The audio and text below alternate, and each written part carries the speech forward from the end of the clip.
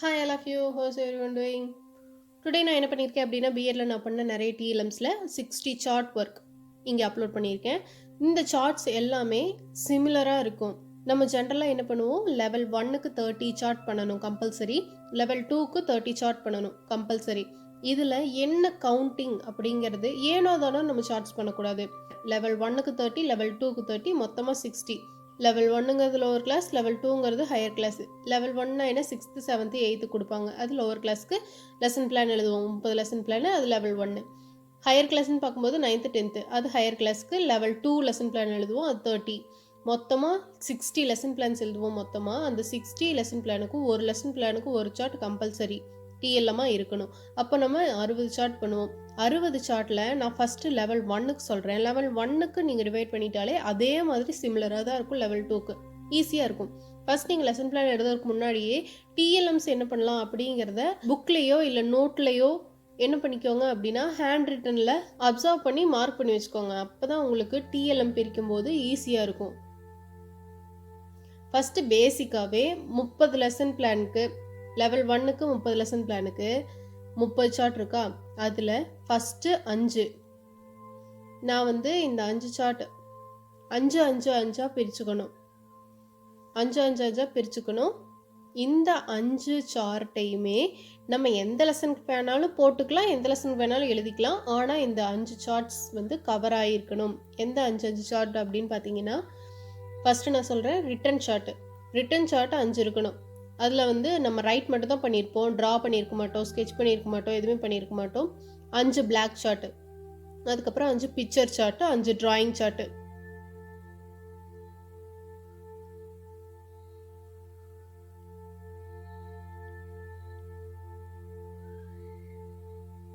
அப்புறமா 5 hidden chart.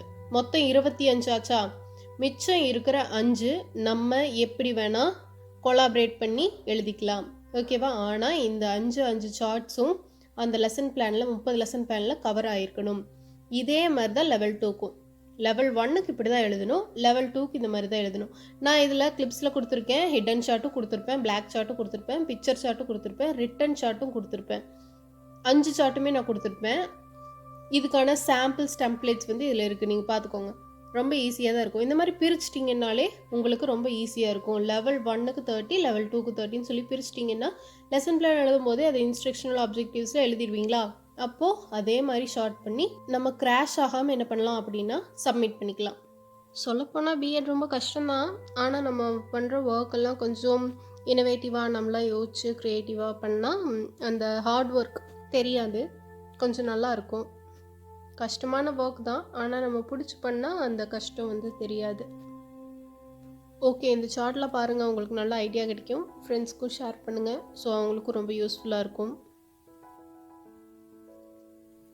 நான் பண்ண எல்லா சார்ட்டுமே எனக்கு ரொம்ப பிடிக்கும். இருந்தாலுமே நான் பண்ண 60 சார்ட்லேயும் 10 பிளாக் சார்ட்ஸ் பண்ணேன். அது எனக்கு ரொம்ப ரொம்ப ரொம்ப பிடிக்கும். ஏன்னா அந்த பிளாக் சார்ட்டில் ஒயிட்னர் வச்சு எழுதுனதுனால என்னமோ அது ரொம்ப அட்ராக்டிவாக இருக்கும்.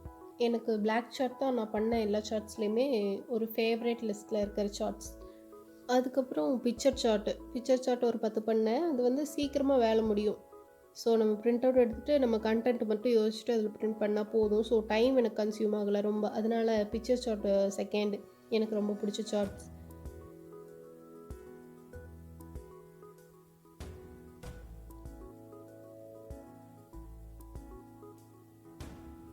அதுக்கப்புறம் ட்ராயிங் சார்ட்டில் நிறைய ஒர்க் இருந்துச்சு. நிறைய வந்து அந்த பார்ட்ஸ் பண்ணுறதுக்கு, அதுக்கப்புறம் அதை டெமான்ஸ்ட்ரேட் பண்ணுறதுக்கு நிறைய மாடல்ஸ் பண்ணிட்டு தான் சார்ட் பண்ணேன். ஸோ ட்ராயிங் சார்ட் வந்து ரொம்ப சூப்பராக வந்துருந்துச்சு என்னோடது. ஏன்னா நான் எரேஸே பண்ணாமல் ட்ரா பண்ண ஃபர்ஸ்ட் சார்ட் வந்து இந்த பிஎட் சார்ட்டில் பண்ண 10 சார்ட் தான். ஸோ ட்ராயிங் சார்ட் வந்து என்னோடய 3rd ப்ரியாரிட்டி. அதுவும் சூப்பராக இருக்கும். அதுக்கப்புறம் ஹிடன் சார்ட்டுக்கு நிறைய சார்ட் வேஸ்ட் ஆச்சு. இருந்தாலுமே அதுக்கான ஷேப்ஸ் எல்லாம் யோசிச்சு, அதுக்கப்புறம் அதை கட் பண்ணி பேஸ்ட் பண்ணி கொஸ்டின் கேட்குற மாதிரியான ஆன்சர்ஸ் எல்லாம் ரெடி பண்ணி பேஸ்ட் பண்ணதுனால எனக்கு கொஞ்சம் அது நல்லா இருந்துச்சு, இன்ட்ரெஸ்டிங்காக இருந்துச்சு அந்த ஹிடன் சார்ட் பார்த்து பண்ணும்போது.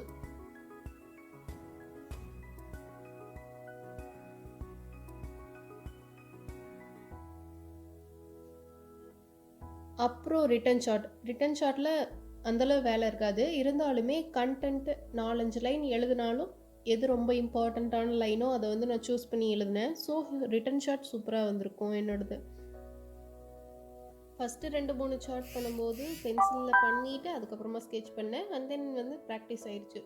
ஸோ ரிட்டன் ஷாட் வந்து எனக்கு ஹேண்ட் ரைட்டிங் நீட் பண்ணுறதுக்கான ஒரு சான்ஸாக கூட இருந்துச்சு.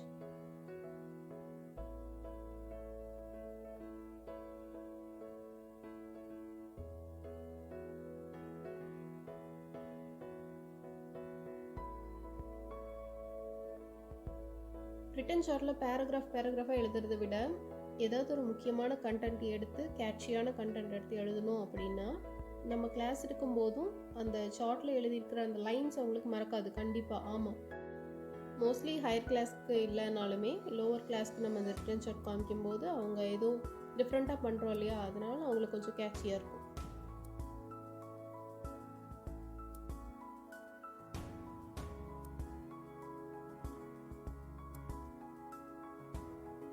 மோஸ்ட்லி கலர்ஸ் வேரி பண்ணி காமிச்சோம் அப்படின்னா நல்லாயிருக்கும்.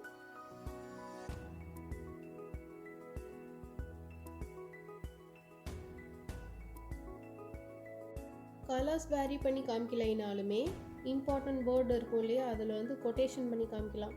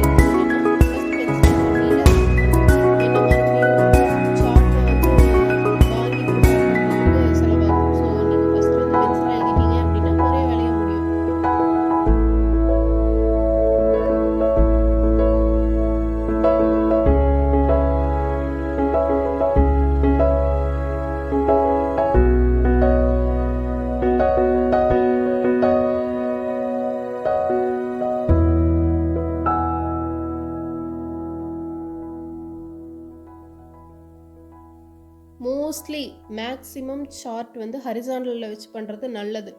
வெர்டிக்கலில் 1 2 பண்ணியே ஆகணும், டேப்லர் காலம் இந்த மாதிரி வெர்டிக்கலாக தான் போட்டாகணுங்கிற பட்சத்தில் பண்ணலாம். பட் மோஸ்ட்லி மேக்ஸிமம் எல்லா சார்ட்டுமே ஹரிசாண்டலில் பண்ணுறது ரொம்ப ரொம்ப நல்லது.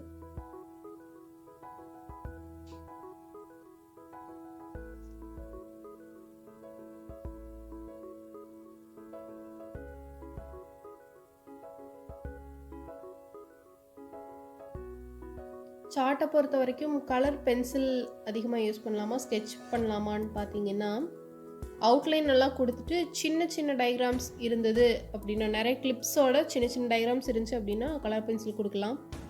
மற்றபடி உங்களுக்கு வந்து பெரிய டயக்ராம் அப்படின்னு பார்த்தீங்கன்னா, ஸ்கெட்ச் மட்டும் கொடுத்தா போதும். அந்த அவுட்லைனே வந்து நல்லா காமிச்சு கொடுக்கும், இந்த ஒரு ஆப்ஜெக்ட் தான் அப்படிங்கிறத. அதனால மோஸ்ட்லி சின்ன சின்ன ஆப்ஜெக்ட்ஸ்க்கு மட்டும் பென்சில்ஸ் யூஸ் பண்ணால் போதும்.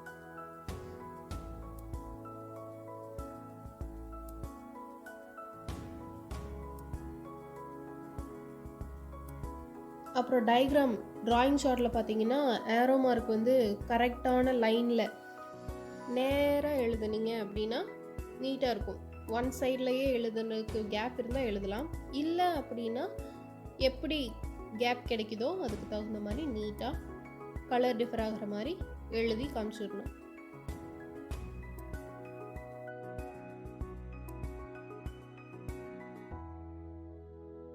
மோஸ்ட்லி ட்ராயிங் சார்ட்டில் வேர்ட்ஸை ஷார்ட் பண்ண பார்க்கணும். ஏன்னா 2 டயக்ராம்லேயுமே ஒரே பார்ட்ஸாக இருந்துச்சு அப்படின்னா என்ன பண்ணலான்னா, நடுவில் எழுதிட்டு 2 டயக்ராமுக்குமே ஏரோ மார்க்கை மட்டும் நீட்டாக போட்டு விட்டோம்னா நல்லாயிருக்கும்.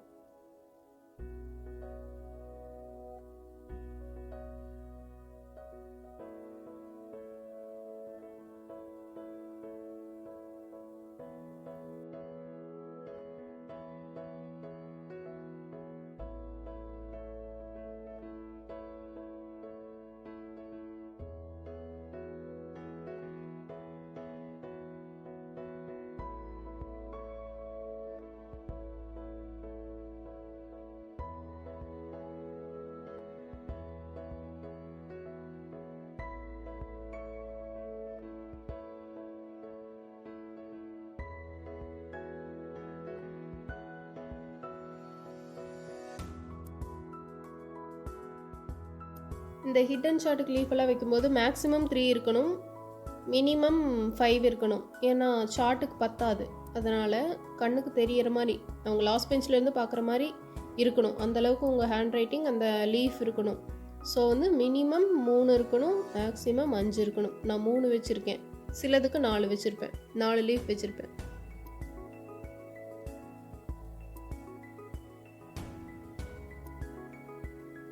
மேக்ஸிமம் 4 வைக்கிறது பெட்டர்.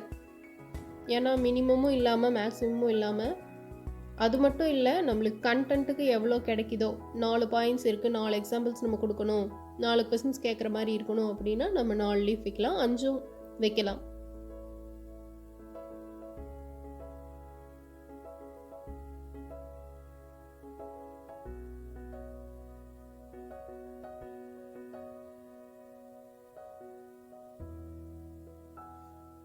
இதுதான் என்னோட பிளாக் சார்ட். எனக்கு ரொம்ப ரொம்ப ரொம்ப பிடிச்ச சார்ட். 10 சார்ட்டுமே. என்ன இதில் வந்து ஒயிட்னரில் வச்சு பார்டர் போட்டு அதில் எழுதுறதுக்கு கை உடஞ்சிருச்சு. பட் நல்லா தான் இருந்துச்சு. எழுதி முடித்ததுக்கப்புறம் கை ரொம்ப வலி இருந்தாலுமே 1 டே 1 ஷார்ட் தான் பண்ண முடிஞ்சுச்சு. அதுக்கப்புறம் வந்து ஒரு அரை மணி நேரம் 1 மணி நேரத்துக்கு நல்லா கை ரொம்பவே வலிக்கும், செவந்துடும். அதுக்கப்புறமா கொஞ்சம் கொஞ்சமாக பண்ணதான் இது. பட் பண்ணதுக்கப்புறம் சூப்பராக இருந்துச்சு, ரொம்ப அட்ராக்டிவாக. பிளாக் கலர் சார்ட்டில் ஒயிட்னர் வச்சு எழுதுனதுனால, நான் கெமிஸ்ட்ரிக்கும் ஃபிசிக்ஸ்க்கும் அதிகமாக யூஸ் பண்ணியிருக்கிறதுனால பாண்டு, அதுக்கப்புறம் இந்த ஹைட்ரோ கார்பனுக்கெல்லாம் சூப்பராக இருந்துச்சு.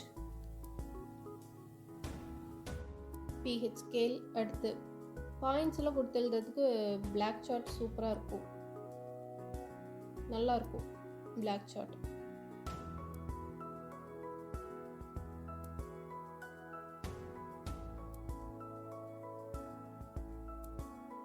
நம்ம ஒயிட்னர்லேயே பண்ணணுன்ட்டு இல்லை, ட்ராயிங்கெல்லாம் இருந்துச்சு அப்படின்னா அதை நம்ம பிளாக் ஷார்ட்டில் பண்ணலாம். அப்படின்னு பார்த்தீங்கன்னா பென்சில்ஸ் யூஸ் பண்ணலாம். ஒயிட் கலர் பென்சில் இருக்கு இல்லையா, எனக்கு அந்த பென்சில் ஒயிட் கலர் பென்சில் எதுக்கு அந்த பென்சில் பாக்ஸில் இருக்குன்னே தெரியாது.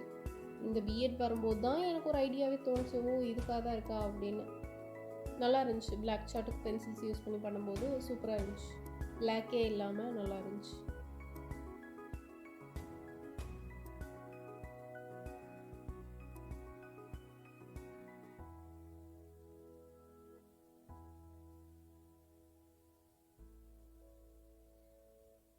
Okay, thank you all of you.